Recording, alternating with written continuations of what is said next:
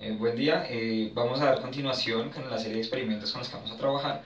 En esta segunda parte voy a introducirles el concepto de tensión superficial. Vamos a hacer, digamos, un pedazo, una parte de experiencia en tablero y posterior a eso, entonces sí vamos a realizar una parte de experimentación que es más aplicada como para entender e interiorizar más el concepto. Bien, de manera general, el concepto de tensión superficial suele introducirse como que la tensión superficial es equivalente a una fuerza. ¿Sí? Si nosotros partimos del principio, por ejemplo, de que tenemos un objeto de dimensiones de interés particular, ¿sí? Supongamos x es el valor de esas dimensiones por cada uno de los lados que tenemos del cubo y nosotros aplicáramos una fuerza neta sobre él, observaríamos que el objeto se desplaza.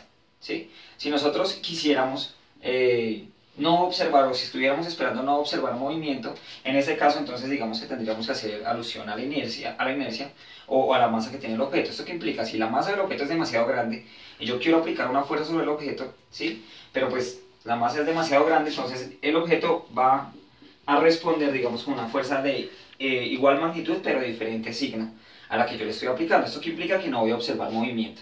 ¿Listo? Entonces quiere decir que la fuerza aplicada total neta sobre el objeto vale cero, por eso es que no observo movimiento.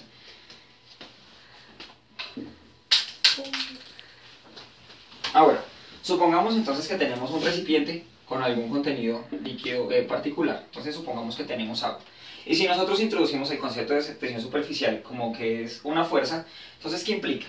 Si la fuerza total neta que tendríamos está aplicada hacia el interior de la solución, quiere decir que observaríamos un desplazamiento hacia el seno de la solución.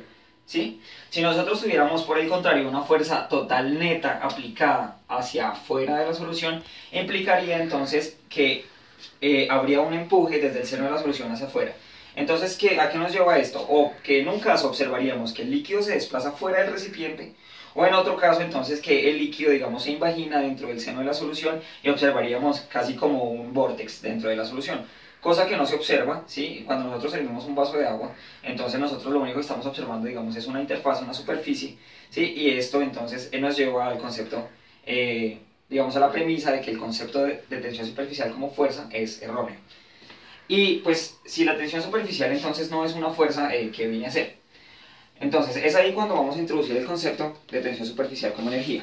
Entonces, para esta particularidad vamos a tener en cuenta o vamos a observar que todos los objetos que tenemos, sólidos o líquidos, en principio todos tienen una tensión superficial, ¿sí? Todos tienen una energía de superficie. En mis manos tengo un pedazo de tiza y entonces a lo que voy es cómo comprender este concepto como una energía, más no como una fuerza. Entonces, nuestro cuerpo almacena energía química, que es energía que tenemos disponible para hacer trabajo. ¿Listo? Entonces, vamos a suponer que en mis músculos tengo pues energía potencial que voy a utilizar para hacer trabajo y esa energía potencial la voy a utilizar para quebrar el pedacito de tiza. ¿Listo? Entonces, pues la experiencia es simplemente como observar, ok, se quebró la tiza. Pero entonces, como la energía no se crea ni se destruye, sino se transforma, entonces quiere decir que mi energía potencial que yo convertí en mecánica tuvo que haber pasado a algún lado. ¿Sí? Pero entonces la pregunta es ¿a dónde? ¿A dónde pasó? Entonces la respuesta a esa pregunta es a la superficie de la tiza. ¿Listo? Entonces como yo apliqué un trabajo sobre mi tiza y la quebré, digamos en la mitad, quiere decir que la energía que yo le estoy aplicando para romperla se está transfiriendo a la superficie de mi objeto. Esto nos lleva a otra premisa bastante importante y es que entre mayor área superficial tengamos, entonces tenemos mayor energía de superficie. ¿Esto qué es? Supongamos, ya sabemos que tenemos que el concepto de tensión superficial es una energía.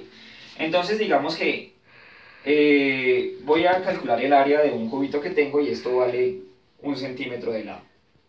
¿Listo? Entonces el área total, ¿cómo se vendría dado? Entonces yo tengo que es 1 centímetro de lado por otro centímetro de lado. ¿Sí?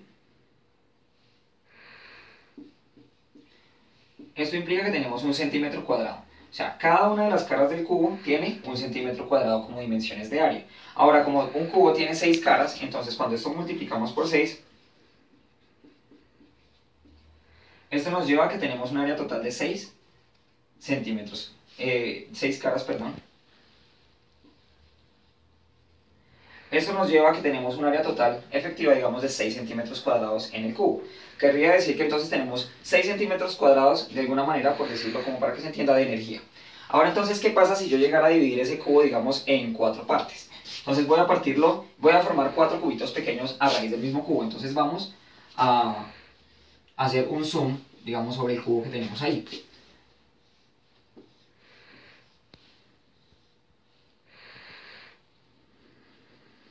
Listo, entonces voy a dividirlo en 4 cada cara. Como resultado de esta división, entonces yo voy a tener 4 cubos. Entonces voy a tener los 4 cubos que tengo frontales y los 4 cubos que tengo posteriores. Entonces vamos a asumir que como las dimensiones ahora ya no son, siguen siendo, el total sigue siendo 1 centímetro, ¿verdad? Pero como lo partí, quiere decir que el lado de cada cubito que tengo es de 0.5 centímetros. ¿Esto qué implica? Que el área de un solo cubito, de una sola cara de un solo cubito, va a ser 0.5 centímetros por 0,5 centímetros. Esto nos lleva a que tenemos un área de 0,25 centímetros cuadrados.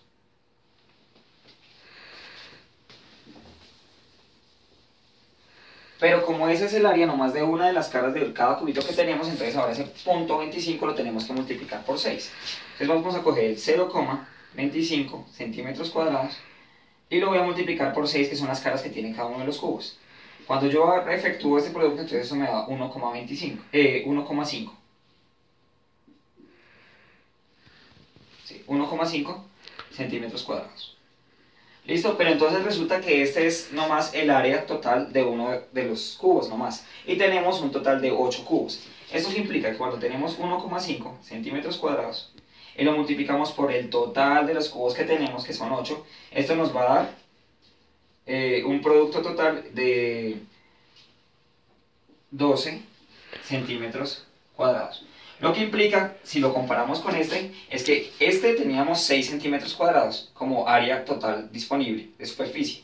Y ahora, solamente partiendo el cubo en 4 partes, ¿sí? En 8 cubitos más pequeños, tenemos un área total de 12 centímetros cuadrados. Esto que implica que ahora el área superficial ha incrementado, por lo tanto, el área la energía de superficie es mayor.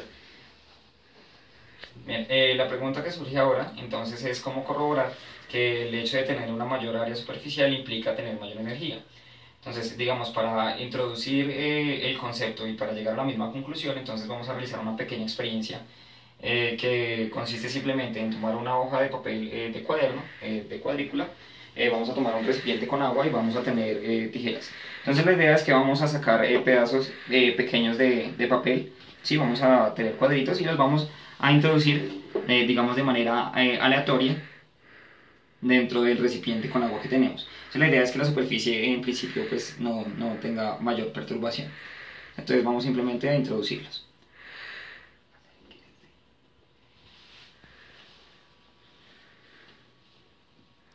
Miren, si pueden observar, cuando nosotros introducimos las pequeñas piezas de papel, entonces hay unas pequeñas aproximaciones. Sí, entonces los papelitos se están juntando, si pueden observarlo. ¿Esto qué implica? Cuando nosotros estamos depositando los pequeños cuadros de papel dentro de la superficie, si nosotros observamos, se están formando aglomerados de papel, de cuadritos de papel. ¿Esto qué nos lleva? A que cuando nosotros tenemos una mayor relación de superficie, tenemos una mayor energía. Y todos los sistemas tienden, por ende, a un nivel energético muchísimo menor. Si nosotros esperáramos, digamos, por un momento más, podríamos esperar que las dos aglomerados que tenemos en el centro tiendan a aglomerarse, digamos, a formar un conglomerado muchísimo más grande. ¿Esto a qué se debe? A que todos los sistemas, como ya se los había dicho, tienden a un menor nivel de energía. Sí, bien, espero que esta experiencia haya sido de su agrado. Muchas gracias.